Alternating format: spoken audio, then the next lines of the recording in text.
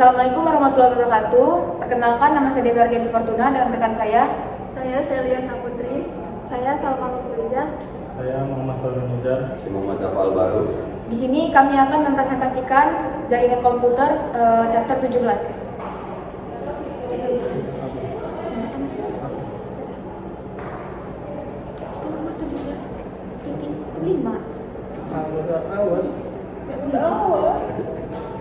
Baik, di sini yang pertama ada modul 17.1.1 Small Networks Topologies. Desain simpel menggunakan infrastruktur minimal, biasanya satu router, switch, dan access point.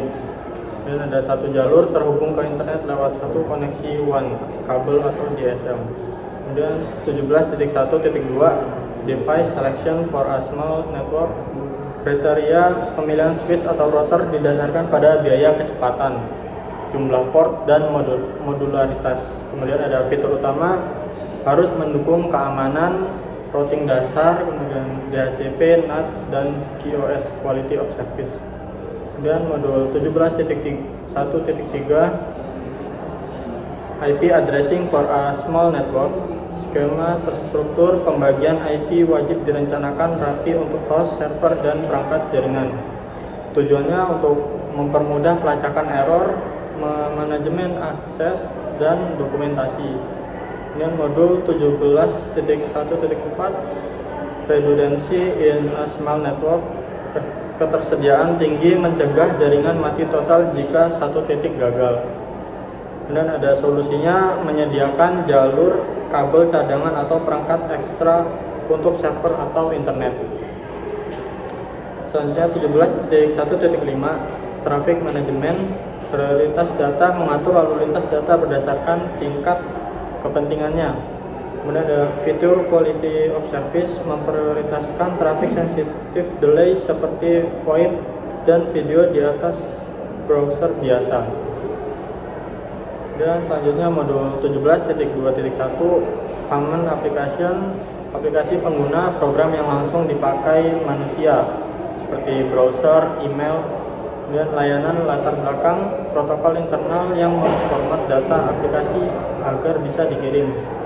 Modul selanjutnya 17.2.2 Common Protocol DNS, mengubah nama domain menjadi alamat IP.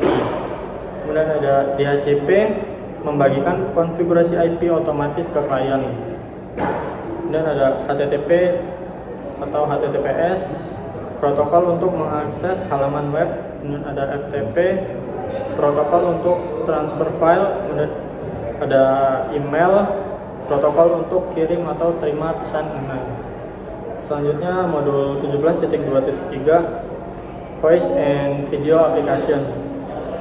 Sensitive delay, aplikasi VoIP atau video butuh pengiriman cepat tanpa jeda. Protokol utama memakai FTP dan SIP untuk kelola panggilan. Dan butuh quality of service, wajib diprioritaskan agar kualitas suara atau video tidak terputus. Selanjutnya akan dilanjutkan oleh rekan saya.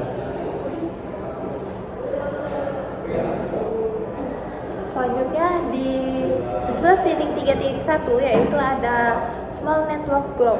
Yang pertama kita membahas di bagian ini kita mempelajari bagaimana sebuah jaringan kecil yang awalnya sederhana dapat dirancang untuk berkembang atau bertumbuh seiring bertambahnya kebutuhan organisasi. Di 17.3.2 protokol analisis selanjutnya kita akan melakukan analisis terhadap protokol-protokol yang digunakan untuk memastikan bahwa jaringan tetap efisien saat mulai berkembang. Di 17.3.3 di sini ada employee network session, yaitu kita ini bagian penting untuk memantau bagaimana karyawan menggunakan sumber daya jaringan sehingga kita mengalokasikan bandwidth dengan lebih tepat. Di 17.3.4 di sini yaitu check your understanding, yang dimana scale to longer networks, yang dimana kita akan menutup bab ini dengan sesi kuis untuk memastikan kita paham bagaimana langkah-langkah strategis dalam meningkatkan skala jaringan. Selanjutnya akan dilanjutkan oleh rekan saya. lanjut, 17.4 verifikasi konektivitas dengan ping. Perintah ping digunakan untuk menguji konektivitas dasar antar perangkat. Caranya dengan mengirim pesan IP tujuan dan menunggu pesan balasan atau EXO reply sebagai bukti bahwa kedua perangkat terhubung. Yang kedua, ping yang diperpanjang. Secara default, ping menggunakan IP antarmuka router terdekat sebagai sumbernya. Dengan extended ping, kita bisa mengubah parameter tersebut secara manual, seperti menentukan IP sumber spesifik dari jaringan LAN yang berbeda. Verifikasi konektivitas dengan traceroute. Jika ping hanya memberi tahu terhubung atau tidak, traceroute berfungsi melacak jalur paket. Perintah ini menampilkan daftar semua router yang dilewati paket. Di sini saya akan menjelaskan selanjutnya itu chapter 17.5. Jadi pertama ada konfigurasi IP pada host, Windows, Linux, dan macOS. Jadi setiap sistem operasi memiliki perintah khusus melalui command line interface. Kemudian itu ada Windows IP config melihat info dasar. Dan ada IP config melepas dan meminta IP baru dari ADH server. Linux menggunakan perintah IP config atau IP address, dan macOS menggunakan perintah IP config atau perintah spesifik seperti network setup. Kemudian itu ada perintah ARP. Perintah ini digunakan di Windows, Linux maupun Mac untuk melihat tabel ARP pemetaan alamat IP ke MAC address. Kemudian itu ada perintah verifikasi pada perangkat Cisco atau iOS. Nah, ini teknisi jaringan menggunakan perintah untuk memeriksa status dan konfigurasi router atau switch. Ada show running config memeriksa konfigurasi yang sedang berjalan saat ini. Kemudian itu ada Cisco Discovery Protocol atau CDP. Itu adalah protokol milik Cisco yang bekerja di layer 2 atau data link. Yang pertama fungsinya menemukan dan mengumpulkan informasi perangkat Cisco lain yang terhubung langsung. Kemudian itu ada perintah show CDP neighbors, itu melihat tetangga dekat. Kemudian itu keamanan karena bisa dimanfaatkan oleh penyerang untuk memetakan jaringan. Selanjutnya akan dijelaskan oleh rekan saya.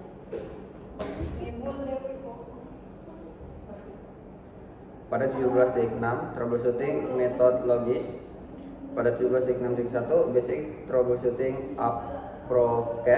Ada beberapa pendekatan dasar dalam melakukan troubleshooting jaringan. Pendekatan pertama adalah top down, yaitu memeriksa lapisan fisik berdasarkan model OSI. Pendekatan kedua adalah bottom up, yaitu mulai pemeriksaan dari lapisan fisik seperti kabel, konektor, dan perangkat keras. Kemudian dilanjutkan ke lapisan yang lebih tinggi. Selain itu, terdapat pendekatan Divide and Conquer, yaitu penentuan terlebih dahulu letak kemungkinan masalah, kemudian memeriksa ke arah atas atau bawah hingga menyebabkan gangguan ditemukan. Pemilihan metode bergantung pada jenis masalah, pengalaman administrator, dan kondisi jaringan yang sedang ditangani. Pada 17.6.2 revolve or escalate. Setelah penyebab masalah ditemukan, administrator harus menentukan apakah masalah dapat diselesaikan sendiri ataupun perlu diteruskan kepada pihak yang lebih berpengalaman. Jika masalah masih berada dalam kewenangan dan kemampuan administrator, maka perbaikan dapat dilakukan secara langsung. Namun apabila masalah melibatkan perangkat khusus, kebijakan perusahaan atau memerlukan hak akses yang lebih tinggi, maka masalah harus dieskalate kepada teknisi atau administrator tingkat lanjut. Putusan ini penting agar penyelesaian masalah lebih cepat dan tidak memperburuk kondisi jaringan. Pada 17.6.3 debug comment. Perintah debug pada Cisco iOS digunakan untuk menampilkan informasi secara langsung mengenai aktivitas yang sedang terjadi di dalam router atau switch. Perintah ini sangat membantu administrator dalam menganalisis proses routing, pertukaran paket maupun kesalahan konfigurasi yang sulit dideteksi. Penggunaan perintah biasa. Namun, karena menghasilkan informasi yang sangat banyak dan diproses secara real time, penggunaan debug harus dilakukan dengan hati-hati. Jika digunakan secara berlebihan pada perangkat yang sedang beroperasi, perintah ini dapat meningkatkan beban CPU dan mempengaruhi kinerja jaringan. Pada 17.6.4 terminal monitor command. Perintah terminal monitor digunakan agar pesan dan hasil dari perintah debug dapat ditampilkan pada sesi terminal jarak jauh, seperti saat menggunakan SSH atau Telnet. Secara default, pesan debug tidak akan muncul pada terminal remote. Oleh karena itu, administrator harus mengaktifkan terminal monitor terlebih dahulu agar dapat memantau proses troubleshooting secara langsung. Setelah proses selesai, fitur ini bisa dinonaktifkan kembali untuk mengurangi tampilan pesan yang tidak diperlukan. video presentasi dari kami akhiri. Wassalamualaikum warahmatullahi wabarakatuh.